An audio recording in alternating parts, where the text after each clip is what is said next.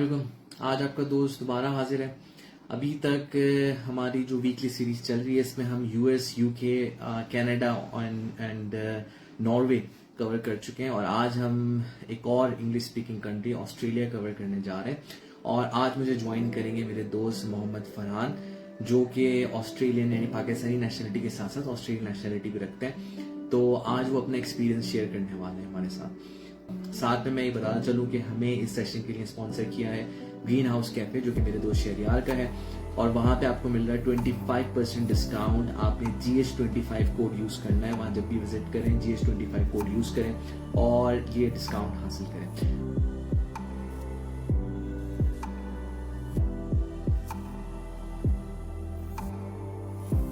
अच्छा, अब ये एक इम्पोर्टेंट सवाल, पहला सवाल ये है, मैं इसको कंपाउंड क्वेश्चन नहीं बनाना चाहूंगा। पहला सवाल ये है कि हमारे फाइनेंस के प्रोफेशन की क्या अभी भी डिमांड है वहां पर, और दूसरा सवाल ये कि और कौन से प्रोफेशन की डिमांड है, यानी जो यंग लोग सुन रहे हैं जो कि 20s में हैं, अर्ली 30s में, वो क्या डिसीजन ले रहे होंगे प्रोफेशन के हवाले से, तो वो किस डिसीजन की तरफ जाएं।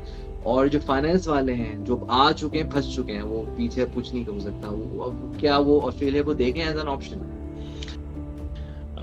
बहुत अच्छा क्वेश्चन है नबीली, और आई थिंक ये वो चैलेंज है जो इवन हम भी इस एनवायरनमेंट में फेस कर ही रहे हैं। और वहाँ पे आई थिंक जो छोटी कंपनीज हैं वहाँ पर ऑर्डिनरी फाइनेंस जो आपकी पुरानी स्किल्स हैं वो उसके साथ आराम से आप चल सकते हैं, बहुत आसान है। जिस तरह से यहाँ पे आपकी एक दो चीज़ें जो नॉर्मल हर कोई बंदा अपने फाइनेंस कैरियर में कर लेता है, जैसे कि आपने सैप इम्प्लीमेंट करवाया है, आपने कोई ओरेकल इम्प्लीमेंट करवाया है, या बहरहाल आपने कोई लिस्टिंग करवाई कंपनी की, आपके पास इस तरह का एक्सपीरियंस है ओवरसी करने का, तो ये इजीली सेलेबल स्किल्स हैं। ये वो हैं जो सदाबहार स्किल्स हैं, तो ये यहाँ पर भी चलेंगी, ये वहाँ पर भी चलेंगी। It's very very simple, right.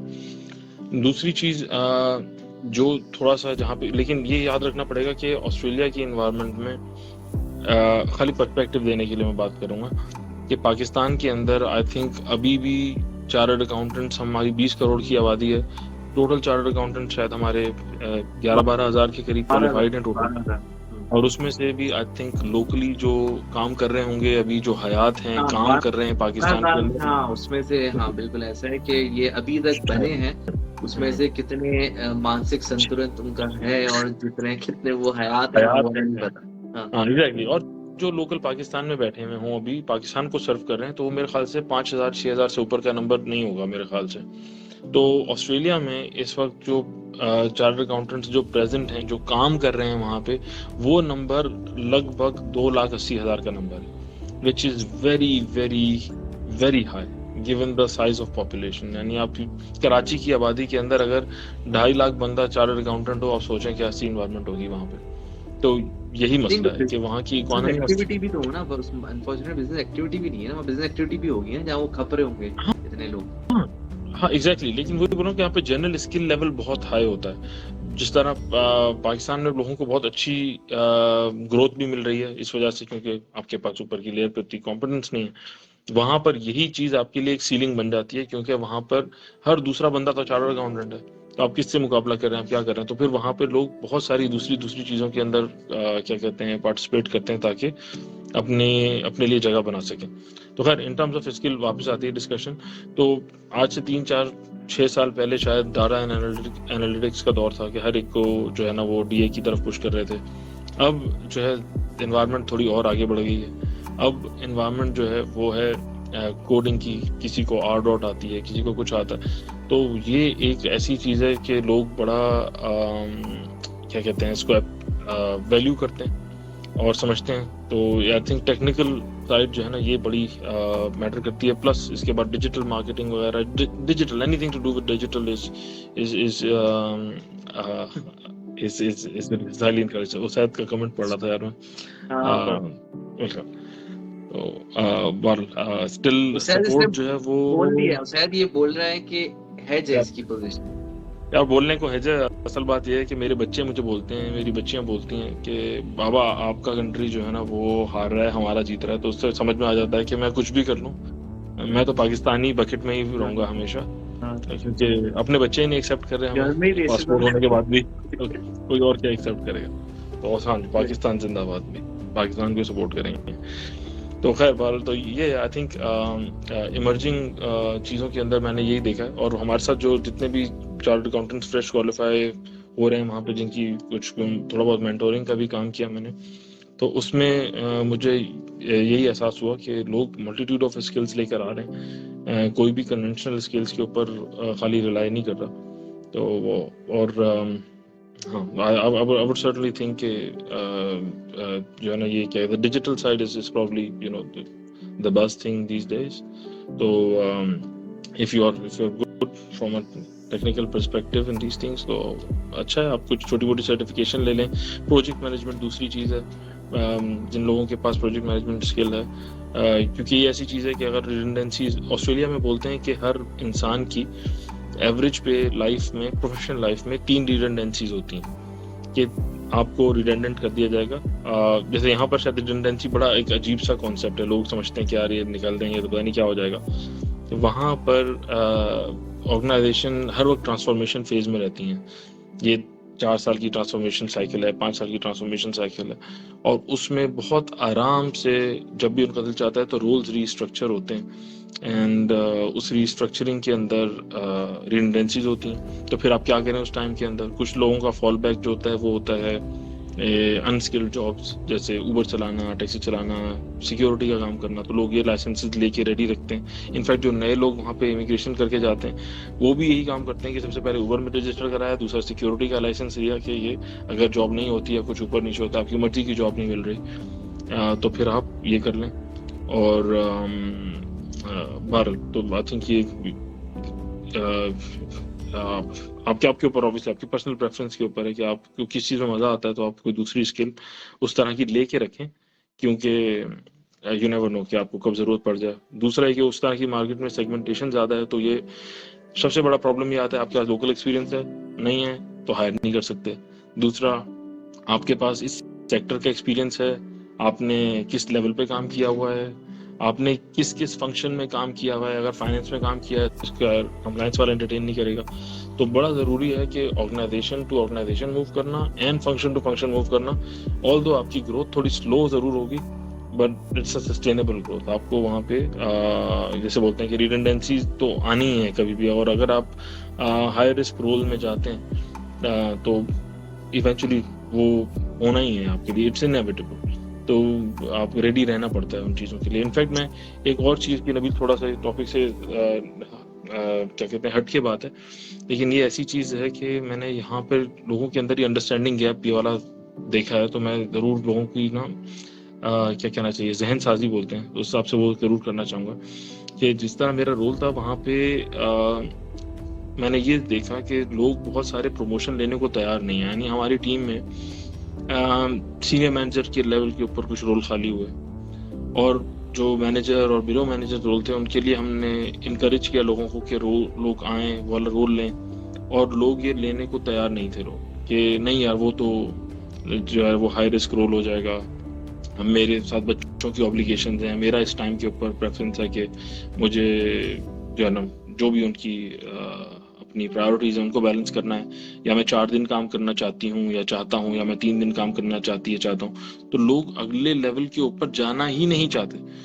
यहाँ पर तो बहुत आसान है, क्योंकि मिडिल ईस्ट में तो यहाँ पे ये कि हर एक को ऊपर जाना है, किसी को मना नहीं करने के लिए बैठेगा कि नहीं यार मैं अपनी पर्सनल लाइफ को मुझे तवज्जो देनी है तो मैं नहीं जाऊँगा। वहाँ पर ये बहुत बहुत बहुत कॉमन है। In fact people who are 45 plus age वाले ब्रैकेट में, क्योंकि वहाँ पर लोग नॉर्मली शादी 38-40 के आसपास करते हैं, या बच्चे इस एज में करते हैं जो भी, तो उनके लिए वो वाला टाइम फिर होता है कि उनको बच्चे उनके साथ टाइम गुजारना है, ये करना है। तो बहुत सारे लोग रेडी ही नहीं होते कि वो प्रमोशन चाहें। और ऑस्ट्रेलिया जैसी मुल्क में जहाँ पे ऑब्वियसली एक वेलफेयर कंट्री है, तो इन चीज़ों के लिए सपोर्ट भी बहुत है। तो ये हमारे जैसे लोगों के लिए थोड़ी अपॉर्चुनिटी भी क्रिएट कर देता है कि जहाँ पर कोई और नहीं चाह रहा स्टेप अप करना, तो आप अपना हाथ खड़ा करें वहाँ पे और आपको रोल मिल जाएगा। But then again it's up to you कि आप कितना सक्सेसफुल होते हैं उस रोल में। Again everything comes at a cost, right. माशाल्लाह तुम भी सीनियर जॉब के ऊपर, सीनियर रोल के ऊपर एक हाई रिस्क रोल है, बिकॉज ऑर्गेनाइजेशन के जो लीडरशिप टीम होती है वो it's a high risk role, right. तो आपको पता है कि आपकी ज़िंदगी कॉम्प्रोमाइज़ होनी है, तो थोड़ा सा उसके लिए भी रेडी होना चाहिए। हमारे यहाँ पे लोग बाजू का तो उसको गिवन समझते हैं कि यार मैं तो 40 साल का हो गया हूँ, 45 का हो गया हूँ, अब तो मैं तो डायरेक्टर ही हूँ। चाहे जो भी आपकी लाइफ में चल रहा हो, चाहे आपके सर्कमस्टांसेस जिस भी तरह से हो, लोगों के अंदर ये वाली एक्सेप्टेबिलिटी का थोड़ा सा प्रॉब्लम मैंने बहुत देखा है। हमारे जो कुछ हमसे सीनियर चार्टर्ड अकाउंटेंट्स भी थे जो वहाँ पे आए, बहुत सारों को मेरी इनफैक्ट इंटरव्यू वगैरह भी किए मैंने, कुछ को रोल ऑफर नहीं कर सका मैं इन सम सर्कमस्टांसेस बिकॉज वो उन चीज़ों के लिए ओपन नहीं थे, या मुझे पता था कि यार इनको मोटिवेट रखना प्रॉब्लम होगा। एंड आई थिंक वो भी हमको इसी तरह से ही इवेल्युएट करते हैं, लेकिन बस एक्सेप्टेबिलिटी हमारे अंदर थोड़ी सी इन चीज़ों की क्या कहते हैं कम है।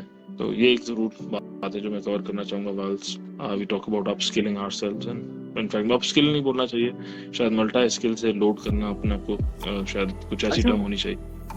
Just for learning perspective के you mentioned about 3 redundancy in career, तो उसके लिए अपस्किलिंग या मल्टी स्किलिंग से ओवरकम करते हैं, क्या करते हैं, या वो गिव अप करके ओवर करीम पे चले जाते हैं, क्या मतलब क्या उसका वो कंप्लीट नहीं की बात।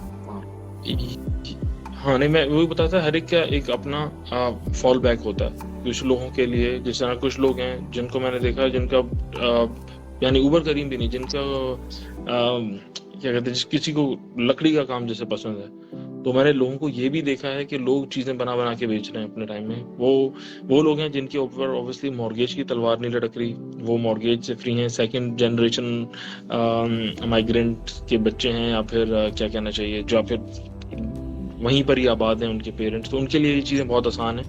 हमारे जैसे लोगों के लिए थोड़ा सा मुश्किल होता है जो माइग्रेट करके जाते हैं, बिकॉज हमें अपनी मॉर्गेज कमिटमेंट्स होती हैं, किसी की कोई कमिटमेंट्स होती हैं, तो उस टाइम के ऊपर आई थिंक सपोर्ट करने के लिए यही है कि आप अपने आप को डिफरेंट स्किल्स के अंदर वो करके रखें, ताकि ऑर्गेनाइजेशन में जब भी रिडंडेंसी होती है, तो एक अच्छी बात ज़्यादातर ऑर्गेनाइजेशन में मैंने ये देखी है कि वो स्टिल अपने ऑर्गेनाइजेशन में काम किए हुए बंदे को प्रेफर करते हैं। यानी कोई भी रोल के लिए आप फॉर्म भरने जाएं तो उसमें पूछते हैं कि आपने हमारे साथ पहले काम किया है या नहीं किया है, और अगर आप टिक कर दें कि आप पहले काम किया, तो आपकी सीवी ऑटोमेटिकली उस रैंकिंग में, जब भी आपको यानी सीवीज आप मंगवाएं अपने एचआर बिजनेस पार्टनर से, तो आपको 10 सीवी ला के देगा, तो उसमें से 3 हाईलाइटेड होंगी कि इस बंदों ने हमारे साथ पहले काम किया हुआ है, 2 इन डिफरेंट डिपार्टमेंट, तो आपको होता है कि यार उनको पहले प्रेफरेंस देना। तो इस तरह से है, और आपके प्रोफेशनल लिंक्स बना के रखते हैं लोग ऑर्गेनाइजेशन के अंदर ही, कि अगर जैसे फाइनेंस में रिस्ट्रक्चरिंग हुई है, तो आपके जो उस टाइम के ऊपर दूसरी साइड पे था टेबल के बैठा हुआ, चाहे कंप्लायंस का बंदा था, चाहे बिजनेस डेवलपमेंट का बंदा था, कोई भी, तो आप उस तरफ जाके एक्सप्लोर कर लेते हैं। ऑफन परमानेंट रोल्स मुश्किल होते रहते हैं, जिस तरह आप अपनी एज में ऊपर जाएंगे परमानेंट रोल्स मुश्किल होते चले जाएंगे, क्योंकि किसी को भी चाचा नहीं चाहिए काम करने वाले जो है ना, पैसा परमानेंट एम्प्लॉय, सबको हाई परफॉर्मेंस कल्चर में कॉन्ट्रैक्चुअल कॉन्ट्रैक्ट पे एम्प्लॉयज चाहिए होता है। तो contractual roles are often available, और वो फिर मिलते आपको इसी तभी मिल सकते हैं वो वाले रोल के आपके पास डिफरेंट स्किल्स हो। ये मैंने जरूर देखा है कि बहुत सारे लोग जो अपने कैरियर में बहुत अच्छा कर रहे थे और अचानक से रिडंडेंसी हुई ऑर्गेनाइजेशन को किसी ने, क्योंकि वहाँ पे एक्विजिशन वगैरह का भी बहुत चक्कर है, एक्विजिशन मर्जर्स का, तो उस वजह से अगर किसी का सीनियर रोल के ऊपर जाके और रोल खत्म हो गया, तो सडनली उनके पास कुछ अब पता नहीं था कि अब मैं क्या करूं, क्योंकि मैंने तो एक ऑर्गेनाइजेशन में एक ही डिपार्टमेंट में काम किया और खाली वर्टिकल ग्रोथ देखी है। तो उन लोगों के लिए फिर थोड़ा सा क्या कहना चाहिए, उनका कैरियर रेजिलियंट नहीं था। हम इंडिविजुअल रेजिलियंस की अक्सर बात करते हैं, but career resilience is equally important, right. तो कैरियर रेजिलियंट कैसे होता है कि अगर आप किसी भी ऑर्गेनाइजेशन में आप कोशिश करें, थोड़ी सी ऑर्गेनाइजेशन जंप करें, चाहे जो भी हो, 3 से 5 साल, 3 साल इज अ गुड साइकिल।